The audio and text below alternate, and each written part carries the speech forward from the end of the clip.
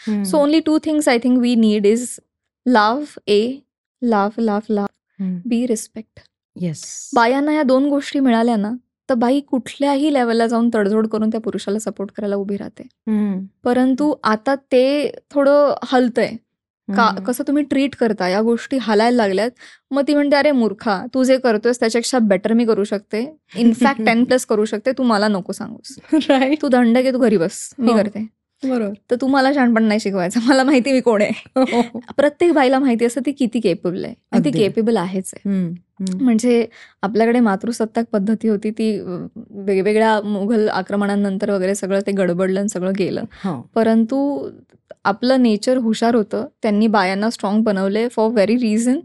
आणि I think जर बायांना योग्य रिस्पेक्ट मिळाला आणि प्रेम मिळालं ना तर बाया दुसऱ्यांना फ्रंट सीटवर बसवायला रेडी आहेत, कारण ते बाय डिफॉल्ट मेकॅनिझम आहे. परंतु ह्या 2 गोष्टी नाही मिळाल्या ना तर ते चिडते, मग ती चंडिका होते आणि मग तुम्ही त्रिशूळाखाली मरता. बरोबर.